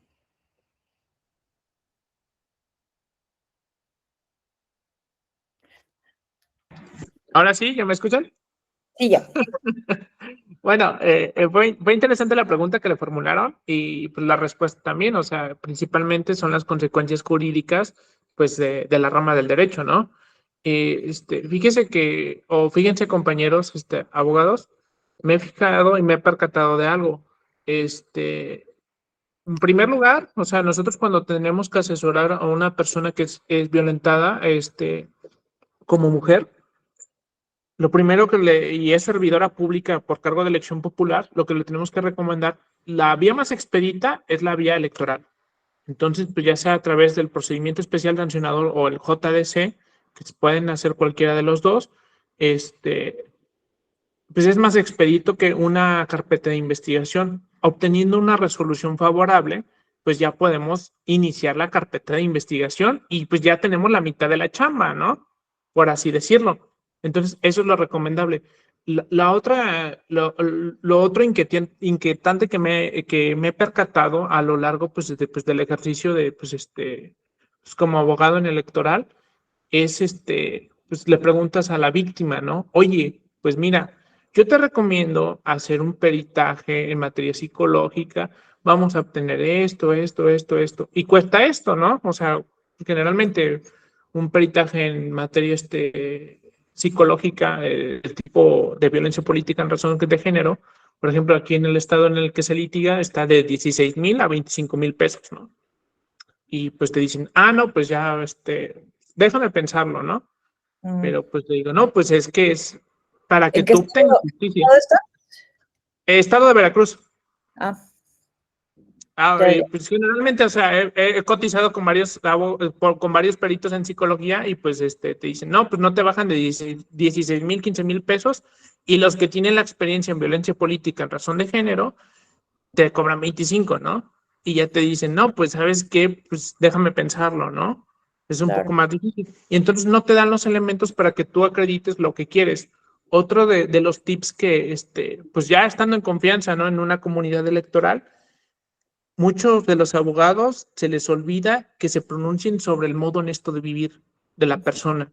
Entonces, si tú en tu causa pedir, en tu demanda de JDC, solicitas que se pronuncie el tribunal sobre el modo honesto de vivir, pues le pones más difícil al servidor público que está Violeta. violentando a la mujer, ¿no? ¿Por qué? Porque pues le vas a poner un obstáculo para que siga estando en cargos de elección popular. Y eso es algo muy bueno, ¿no? Porque no se va a salir con la suya. Y y ese es un tip que tienen que tomar mucho en cuenta, ¿no? Y es algo que he notado en muchas ocasiones. O sea, te ponen en el catálogo de sujetos sancionados, sí, pero no se pronuncian sobre el modo honesto de vivir. Oye, Jorge, pero una pregunta. Hace unos días la Suprema Corte se pronunció sobre eso, ¿no? Sobre el modo honesto de vivir. Y creo que la sentencia aún no está engrosada, aún no está el engroso, no está publicada aún, pero es una mala noticia para el tema, porque lo que dijo la Suprema Corte es que es inconstitucional y que la Sala Superior no puede hacer eso. ¿Has escuchado esto del tema? Fíjese que últimamente no, pero me voy a dar la tarea de investigar porque, pues, a mi Una mala- consideración, la sala superior sí tendría la facultad y los órganos administrativos electorales de pronunciarse sobre estos temas, ¿no? Sí, ¿Por qué? claro, Porque son porque los que no todos, pero mira, te recomiendo que veas eso porque nos está haciendo, tú que eres abogado electoral y que ya tienes tus tips, pues nos está haciendo más difícil esto para las personas, ¿no? Que, que sufren violencia. Lo único que queda, según yo, es la Ley General de Instituciones y Procedimientos Electorales. Se dice que no puede ser una persona candidata cuando esté condenada por delito de BPG. Y eso obviamente no fue pronunciamiento de la Suprema Corte. Pero lo del modo honesto de vivir ya no los tiró la Suprema Corte. ¿Verdad? Fue la semana pasada, pero creo que no está publicada la sentencia. Marciano, te Sí, escuchamos. maestra, muy buenas noches. Qué gusto volver a verla. El gusto es Saludos a mío. todos y a todas y a todos. Maestra, solo para complementar, si me permite, la inquietud que acaba de plantear el compañero Jorge Rodríguez, decirle que lo que resolvió la Corte fue la acción de inconstitucionalidad 187, diagonal 2020, y su acumulado 187, perdón, diagonal 2020, y su acumulado 218-2020. Ahí resolvió efectivamente que no se podía, no podían perder el modo honesto de vivir, y que además no podría, porque solamente la Constitución, si no mal recuerdo el debate, ya ve que varios ministros manifiestan sus posturas, ¿no? Y uno de ellos decía que era ir más allá de lo que decía el artículo que restringe o suspende los derechos de la ciudadanía cuando hay una sentencia penal que ha causado ejecutoria. En este caso se limitó a eso.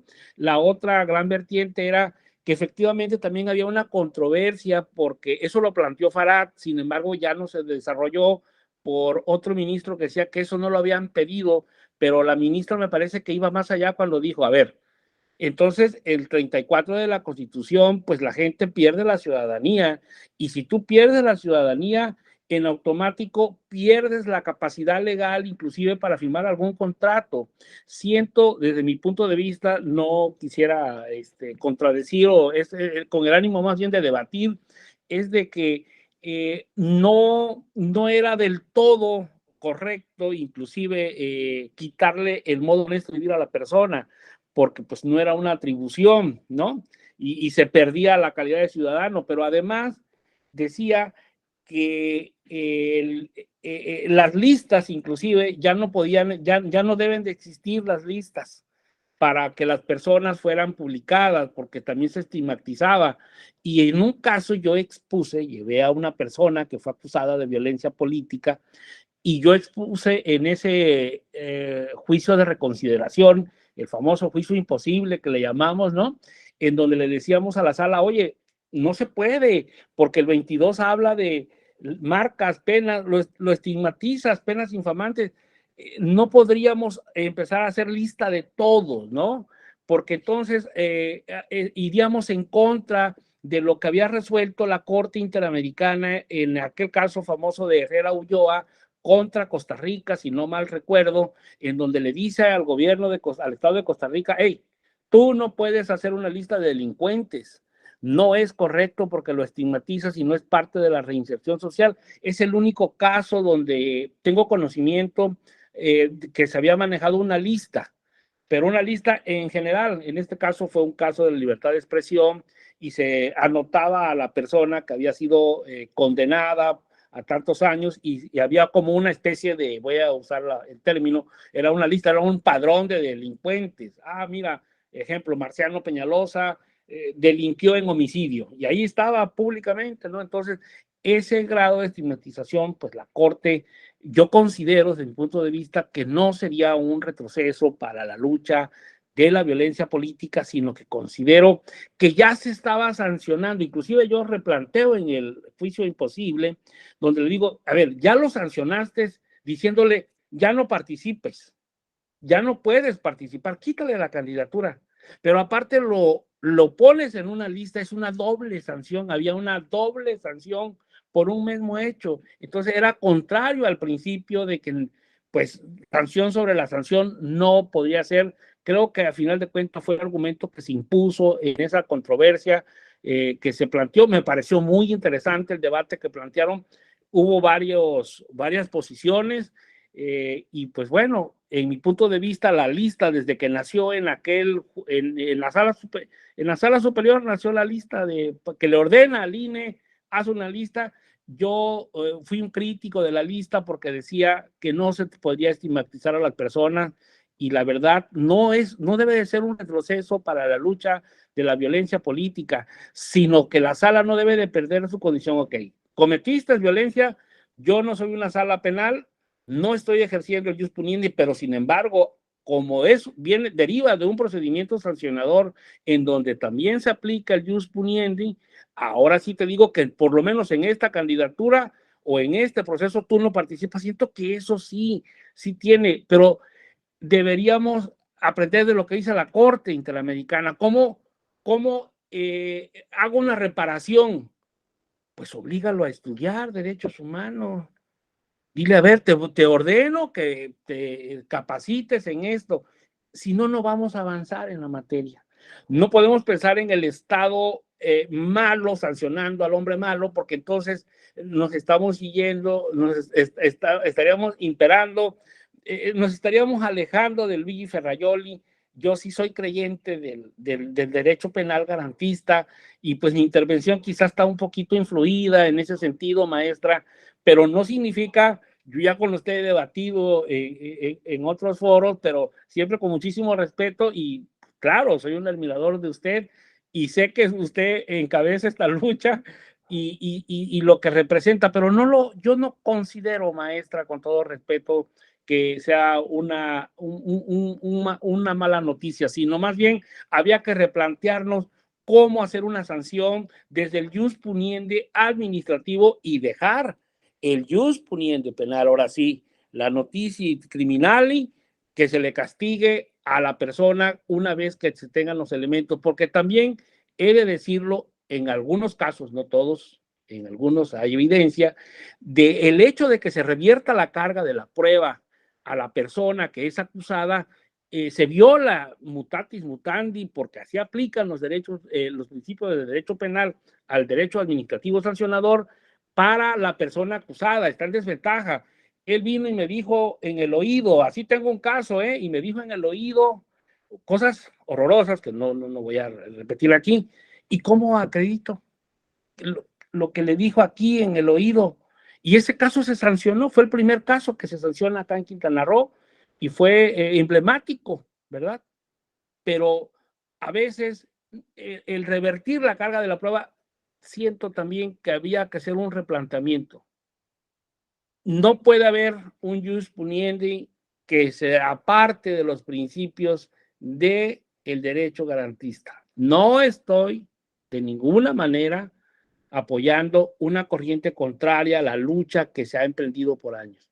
Es más, yo considero, me sumo a esa lucha, he tratado de defender esas causas, he llevado causas de una senadora, inclusive por un caso de violencia política, y que bueno, se regresó 4 veces, hasta la cuarta resolvieron el tema, para que vea. Y ahorita tenemos un caso muy problemático, muy emblemático acá en Quintana Roo, donde a una síndica le quitan sus atribuciones así, se las quitaron en una sesión de cabildo y no han podido decretar la violencia política, cuando era solamente por el acto jurídico que ejecutaron, era motivo de sanción. Eso es lo que lamentamos, que la autoridad también, hay que decirlo, también la autoridad a veces no hace lo que le corresponde. Y esa es una responsabilidad que el tribunal les tendría que decir también a los magistrados de la Sala Jalapa: oigan, ya tiene esta pobre persona, perdón que lo diga, la tienen de un lado para otro y no tiene acceso a la justicia. Entonces, es una cuestión de seguirnos capacitando como en este día. Disculpe si me alargué y una... No, está súper bien. Fíjate que yo sí tenía mis dudas, ¿eh? Me has hecho recordar que yo también, desde que se mandó, ¿no?, al INE, se ordenó al INE justamente hacer este registro, porque el antecedente es que se quería hacer un registro en un OPLE, ¿no?, a nivel estatal, y la reflexión justamente de Sala Superior, teniendo el antecedente de Sala Regional Jalapa, donde está el primer caso, ¿no?, donde se le quita el modo honesto de vivir a un presidente municipal que buscaba la reelección, pues siguiendo esta lógica y además acorde con la reforma de 2020, créate este registro nacional de personas sancionadas para que podamos cumplir con esto de que si tú eres condenado por un delito o si pierdes el modo honesto de vivir, como lo acabamos de interpretar, lo sepamos. Y a mí sí me causó eso. Desde que trabajé en algún momento en la corte y se discutía de la lista, estaba en transparencia en la corte, en un área de transparencia, y se discutía en un foro sobre personas, no recuerdo cuál era el tema, pero yo justamente eso que tú dices, Marciano, de no estamos sancionando 2 veces, poniendo a la persona, ¿no?, en la lista, y en ese día me decían: no sé qué, no. Y yo, bueno, y vieron que también la Suprema Corte recientemente también se pronunció sobre un listado de personas agresoras sexuales, que justamente opinó que impide la reinserción social, no va contra el principio de la reinserción social y que puede implicar una doble sanción. Yo creo que sí es algo delicado, pero ¿saben qué? Tal vez haya sido algo, bueno, yo creo que lo tenemos que seguir discutiendo. No tengo una postura última, pero sí tengo mis dudas, como tú, Marciano, no creas que no, pero ¿saben qué sí he visto? Creo que nos puede servir mucho este Registro Nacional de Personas Sancionadas en materia de violencia política. A lo mejor podemos quitarle los nombres, ¿no?, ponerlos, pero ¿saben para qué sí nos está sirviendo? Nos puede servir para hacer política pública, porque estos datos están trabajando de manera coordinada los OPLES, con las fiscalías, con el INE, y estamos teniendo datos duros de dónde se están haciendo las denuncias, en qué entidades no hay denuncias, en qué entidades hay sancionados, en qué entidades, quiénes son los agresores, cuáles son ¿no? La calificación de la falta, grave, ordinaria, leve. Creo que eso nos puede servir mucho para hacer políticas públicas. Entonces, a mí me gustaría no que se elimine el registro, a lo mejor sí quitar los nombres, porque eso creo que no nos está beneficiando y más pensando en lo del modo honesto de vivir, lo que se acaba de pronunciar la Corte. No lo sé, pero sí guardar esos datos, que creo que está siendo algo que podemos usar para políticas públicas. Pero sí, yo coincido contigo, Marciano. Está complicado y sobre todo también por los antecedentes del caso Petro Urrego versus Colombia, que justamente sostiene que no se pueden suspender derechos políticos más que por una determinación penal judicial. Ese es el tema. En fin, sí, tienes razón. Yo estaba así como de, ay, no, un retroceso, pero sí está complejo, la verdad. Necesita mucha discusión, necesita que lo reflexionemos más. Como dices, a lo mejor desde fundarlo desde el Jus Puniendi, creo que es una gran vía. Jorge, perdóname, ya sé que quieres participar y no te dejo. Vas. No, es muy interesante lo que se está hablando y creo que pues la experiencia de ambos pues nos está enriqueciendo a todos. Es interesante, como usted decía, que pues no exponer los datos personales del catálogo de sujetos sancionados, sin embargo, tener un registro estadístico de los violentadores, ¿no? Para tener un parámetro de ver cómo ha disminuido o ha aumentado la violencia en ciertos estados, ¿no? Eso es a lo que entiendo. Y sí, en este caso, a través de los casos de la Corte Interamericana se podría, y de la Suprema Corte, tener como una doble victimización. Y claro, incide pues en que pues en este caso pues no haya una reinserción social a las personas, ¿no? Y en el caso pues de que la última ratio, el ius puniendi, en el derecho penal, pues es la única manera en donde se pueden suspender completamente los derechos político-electorales. Yo lo que he leído respecto de por qué las razones de otros investigadores de por qué se hizo este catálogo de sujetos sancionados fue como una medida de justicia restaurativa, es decir, para que no existieran más acontecimientos en donde pues, fueran violentadas las mujeres. De esta manera, pues se le ponía en el catálogo y se podía pronunciar respecto del modo honesto de vivir en ciertos casos, ¿no? Pues es interesante la discusión que se tuvo y pues sí coincido con ambos en que pues, se tenga como un parámetro estadístico respecto de estos datos, ¿no? Yo creo que desde este momento la sala superior y las salas regionales ya tendrían que estar pues ocultando esta información, porque si tú te vas al OPLE de cualquier estado, puedes consultar ahorita y bajas todos los sujetos que fueron violentadores en materia de violencia política en razón de género, ¿no? Entonces, pues sí es un poco grave esta situación, porque sí se siguen manejando estos datos personales, e incluso pues ya tendría que haber una directriz para manejar esto. Bueno, pero ojo, porque la Suprema Corte se pronunció sobre el registro de agresores sexuales. O sea, sobre este registro nacional de BPG en la materia electoral no se ha pronunciado. Y además, o sea, se pronunció, entiendo yo, solo sobre el modo honesto de vivir. Y entonces, recordemos que estar inscrito en el registro nacional no implicaba perder el modo honesto de vivir, ¿no? Era hasta que se pronunciara un juez penal. Entonces, entiendo que por eso todavía está, ¿no? A ver, Marciano y luego Jorge. Maestra, solo para aclarar, la acción de inconstitucionalidad 187-2020 y la acumulada 218-2020 hablan de las personas agresoras sexuales. Ese registro público que fue el que dio pauta a esta acción se generó a partir de los agresores sexuales de Ciudad de México, pero la Corte analizó el Código Penal de la Ciudad de México, la ley de acceso de las mujeres a una vida libre de violencia, la ley de los derechos de las niñas, niños y adolescentes, y ahí dijo, nada de listas. Por eso, desde mi punto de vista, sí aplica a la materia electoral. Recuerde que aquí el modo honesto de vivir parte en esto que les acabo de hacer referencia, se discutió en febrero, no recuerdo bien el debate, pero pues más o menos así como se lo platiqué. El que se acaba de resolver en marzo ahorita fue el modo honesto de vivir, porque la Corte tenía un criterio a través de la primera sala, cómo se perdía el modo honesto de vivir, y la sala superior tenía uno distinto.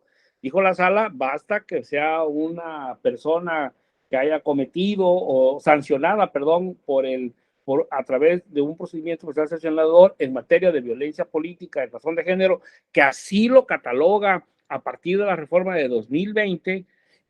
Cuando analiza esas dos contradicciones de criterio, la sala ahí dijo, perdón, el pleno dijo, en modo honesto de vivir, no se toca. Farad había ido más allá en su ponencia, no leí la ponencia, pero el ministro que se sienta a un lado de ella, no es Pérez Dayán, hay otro, Poticet, se me olvidó el nombre ahorita. Ese ministro le dijo, pero en la ponencia va más allá, dice, porque está tocando lo de la ciudadanía y eso no se está discutiendo, pero venía muy interesante la ponencia. Era solamente una aclaración, discúlpeme, Sí. maestra. Pues sí, obviamente, si ya está este criterio, ¿no? Pensando en un precedente importante en materia de agresores sexuales, pues sí tendríamos que pensar, ¿no? En la constitucionalidad de nuestro actual Registro Nacional de Personas Sancionadas. Aquí, obviamente, si lo analizamos desde una perspectiva de género, obviamente, pues podríamos hacer la crítica, ¿no? De cómo desde el derecho siempre se protege más, ¿no? A los hombres que a las mujeres a veces. Pero bueno, no me voy a meter en eso. Creo que, miren, apenas es la primera clase de este diplomado, ya tenemos discusiones bien buenas. Qué buen grupo, ¿eh? Magnífico grupo. Creo que, creo que estas son las discusiones que tenemos que ir planteando en todas estas sesiones, porque no está fácil, no está fácil.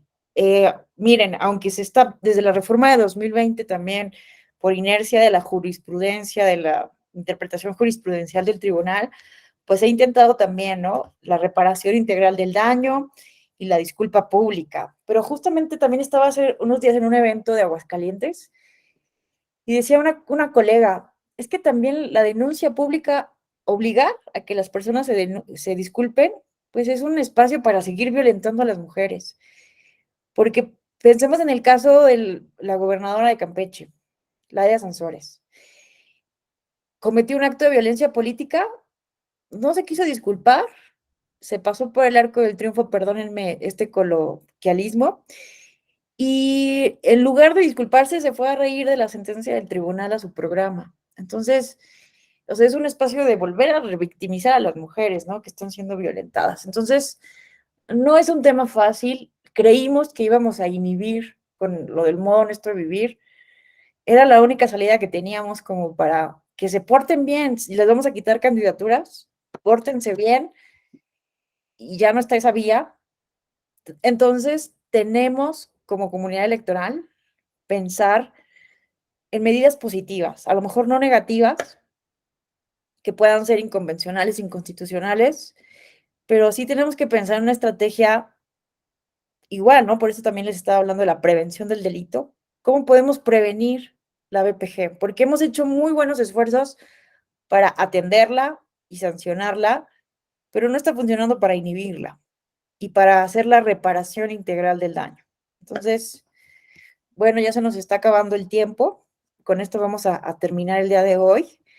No sé si alguien más quisiera comentar algo porque se está poniendo buena la discusión, ¿no? ¿Tú cómo ves, Rosa Isela? Porque es un tema complejo, ¿no? Pero no sé si quieras compartirnos algo. Sí, es un tema complejo y creo yo que si ahorita no va a haber, a lo mejor para quitar candidaturas por ese medio, a lo mejor sí sería un poquito más que se hagan las denuncias por la vía penal para que ahí obtengas, si es la finalidad que se determine que es modo honesto y tumbar la candidatura, pues irse por la vía penal. Quizás puede ser un poquito más largo, pero quizás la finalidad que persigues la puedas lograr por ese medio. Y también quería comentar que en el caso de Nuevo León, como ahorita que escuché de Jorge que dice del costo de los dictámenes psicológicos, acá se hizo convenio con universidades y con otras instituciones para que se hicieran de manera gratuita los dictámenes y así ya evitar esta parte. Buenísimo. Mi comentario. Qué buen ejemplo. Sí. Esto me hizo recordar que también Morena acaba de presentar una iniciativa para llevarlo a nivel legislativo, estos lineamientos de 3 de 3, para que quien sea deudor alimenticio, agresor, ¿y cuál es la otra? ¿Alguien se acuerda? Se me acaba de ir. Que esto había aplicado por lineamientos del INE, la 3 de 3. Bueno, esto se va a llevar a legislación, en caso de aprobarse, para que por esa vía, ya que ya no está el modo honesto de vivir, se pueda también evitar que violentadores ocupen cargos de elección popular. Pero creo que hemos visto por la experiencia histórica que desafortunadamente, pues estas reglas punitivistas no ayudan. O sea, creo que sí necesitamos hacer un diagnóstico mucho más profundo, mucho más responsable. Creo que no funciona tanto la sanción, la infracción, sino más bien creo que tenemos que pensar en términos de política pública. Y para eso necesitamos datos. Entonces, bueno, Jorge. Bueno, es que todos tomamos como la cúspide del derecho los criterios de la Corte Interamericana y de otras cortes, ¿no? Pero también nos tenemos que ir a los acontecimientos históricos del país, ¿no? Entonces, pues, tendremos que llegar a un punto en donde qué funciona a través de nuestros acontecimientos históricos, qué políticas pueden funcionar para que disminuya la violencia política de género, porque pues no es algo que pues se pueda ocultar con un dedo, es un hecho que pues por ejemplo, aquí en el estado de Veracruz, en más de la mitad de los ayuntamientos, yo pienso que existe violencia política de género, pero las mujeres por miedo, muchas veces no denuncian este tipo de temas. Y pues tenemos que buscar criterios que incentiven el denunciar este tipo de problemáticas, ¿no? También ir al centro del problema para tratar de ir quitando este tipo de violencia, ¿no? Y hasta cierto punto está bien que se les quiten las candidaturas, ¿no? Por eso yo les ponía como tip que se pronuncien sobre el modo honesto de vivir, ¿no? Decir en las demandas, pronúnciate sobre el modo honesto de vivir. ¿Para qué? Para que pues el servidor público que cometió la violencia pues ya no acceda a un cargo de elección popular y de esta manera pues y quitarlo pues quitar un violentador como servidor público porque realmente nada más toman un curso, por ejemplo el caso de Noroña, ¿no? Que es un violentador que es una persona que es violentadora de mujeres, ¿no? Y pues, pues ya, para mí Noroña es una persona que no tendría que estar en como servidor público, ¿no? Porque es una persona violentadora y que lo va a seguir haciendo, ¿no? Ya no lo hace a través de las cámaras, pero es una actividad que lo sigue haciendo. Pues ese es el tip que les puedo dar, ¿no? Para que nosotros abonemos a la lucha. ¿No? Porque pues hay que buscar la manera de nosotros como litigantes a veces abonar en la lucha de la violencia política en razón de género. Pues sí, muchas gracias, pero tendremos que pensar en otros, porque el modo honesto de vivir se acabó. Bueno, yo como coincido un poco con Marciano, pero bueno, sí, tenemos que pensar y colectivamente, ¿no? Rosa. Ahí sería promover la cultura de la denuncia y yo creo que en la medida en la que se logren judicializar más carpetas y que las emitan sentencias, y no solo de amonestaciones, sino de penas, incluso ya un poco más elevadas, o en la medida de que se vaya viendo que hay reincidencia, eso ayudaría a que se hagan más denuncias, al ver que sí funciona, que sí se está haciendo algo y que sí se está sancionando, por ejemplo, por la vía penal, independientemente de que si se les quita la candidatura o no, porque por cuestión política y de los partidos, la sanción de quitarles la candidatura es lo que más les puede pegar, pero para la víctima a lo mejor el que obtenga alguna pena es lo que a ella le va, más que una disculpa, es lo que a ella le pudiera servir, creo yo. Pues sí, hay también, por eso justo es este diplomado, ¿no? Para que revisemos en estas sesiones cómo va el derecho penal. Les agradezco enormemente su atención, sus participaciones, tremendo diálogo que hicimos ahora, y solo es introductorio a esta clase, ¿eh? Así que qué grupo tan magnífico. Les deseo que acaben este diplomado con muchísimo éxito. Creo que ya no nos vemos en este diplomado más, pero ya saben que estoy a sus órdenes. Les dejo mi correo electrónico en caso de dudas, en caso de seguir conversando. Y seguramente pues les estaré viendo en otras actividades académicas de la Escuela Judicial Electoral. Tengan un excelente puente y olvídense del electoral en el puente, a ver si es cierto, porque híjole, somos unos ñoños electorales, no es posible que estemos aquí. Un abrazo y gracias. Bonito fin. Bonito fin, bonito fin. Bye, bye. Buenas noches a todos.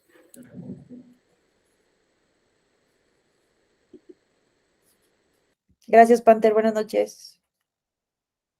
Buenas noches a todos. Gracias, Luis Felipe. Dios, Dios. Adiós. Jorge, gracias. Rosa, gracias.